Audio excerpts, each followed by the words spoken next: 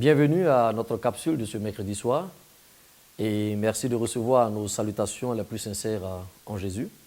Nous prions que le Seigneur nous bénisse ensemble et qu'il nous fasse du bien par l'écoute de sa parole. En réalité, ce soir, nous allons parler de la liberté et la responsabilité.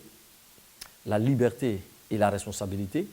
J'avoue qu'au premier coup d'œil sur cette thématique, je pensais l'avoir trouvée assez brève, simple, facile à développer.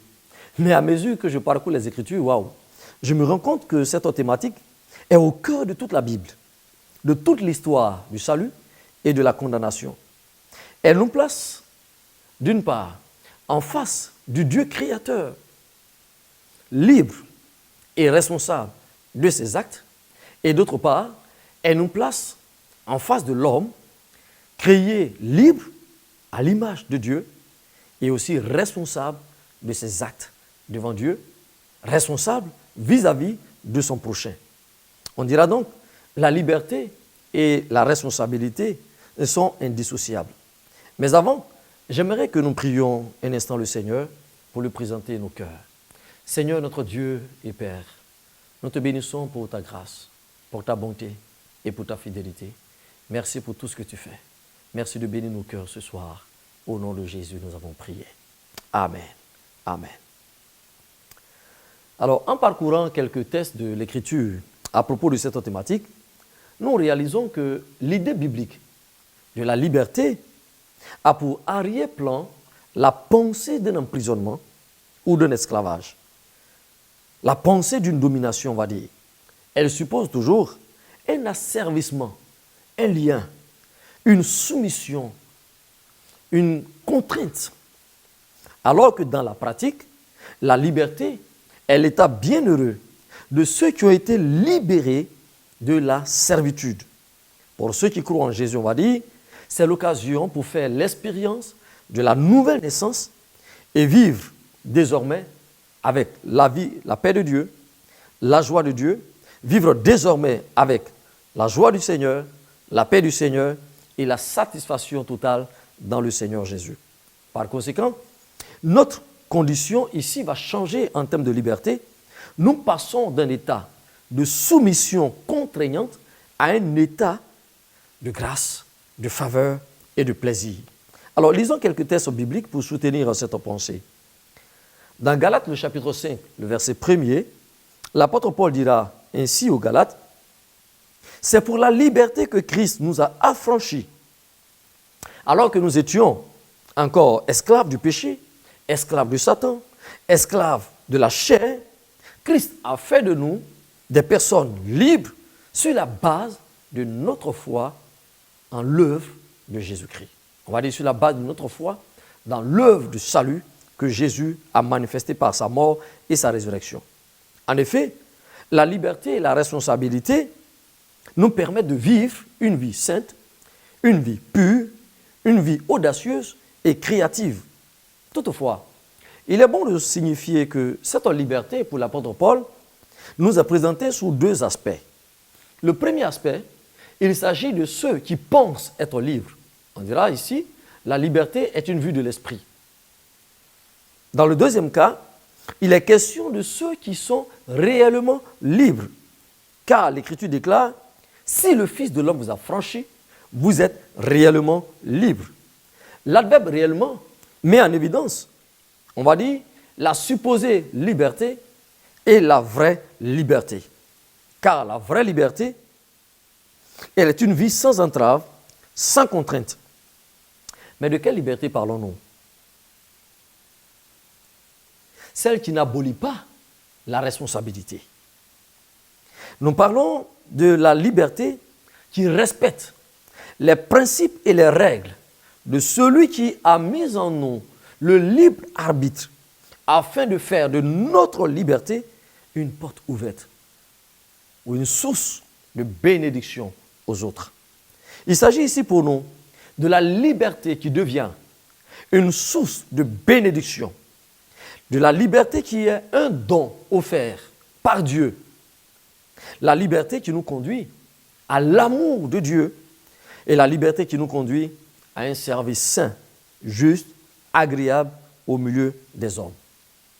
L'apôtre Paul, en écrivant toujours aux Galates, au verset 13, va nous présenter la liberté comme étant une vocation. Il dit, frères, vous avez été appelés à la liberté. Pour Paul donc, la liberté est liée à notre vocation. Il dira plus loin, dans Romains chapitre 8, au verset 1er, il n'y a donc plus de condamnation pour ceux qui sont en Jésus. Quant à Luc, il va placer la liberté au cœur du ministère de Jésus. En disant dans Luc chapitre 4, verset 18, « Il m'a envoyé pour proclamer aux captifs la délivrance aux aveugles, le recouvrement de la vue, et renvoyer libres les opprimés. » La liberté donc est au cœur du ministère de Jésus. Justement, c'est de cette liberté qu'il s'agit. Elle était auparavant avec Adam à la création dans le jardin d'Éden.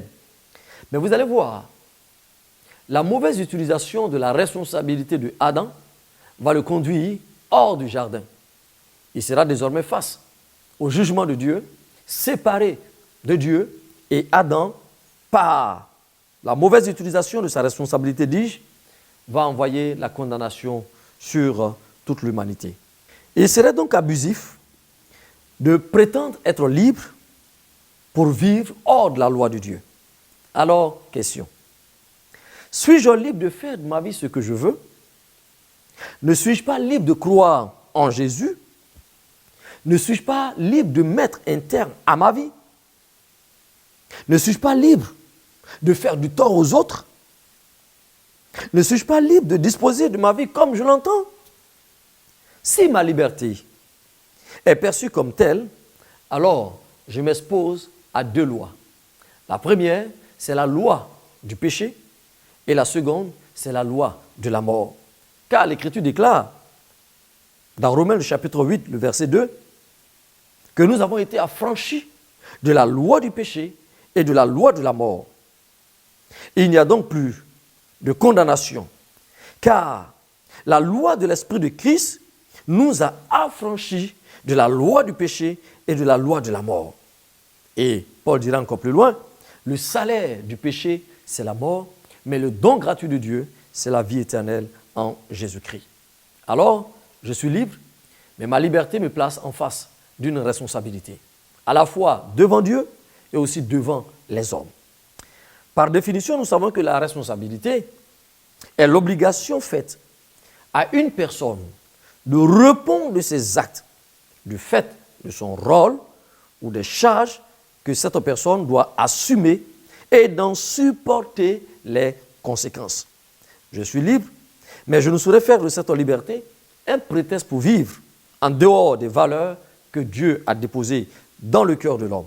Car ma liberté me place en face des responsabilités ou de plusieurs responsabilités selon la parole du Seigneur. Dans 1 Pierre chapitre 2, le verset 16, la liberté n'est pas un voile pour cacher ce qui n'est pas conforme à la volonté du Seigneur.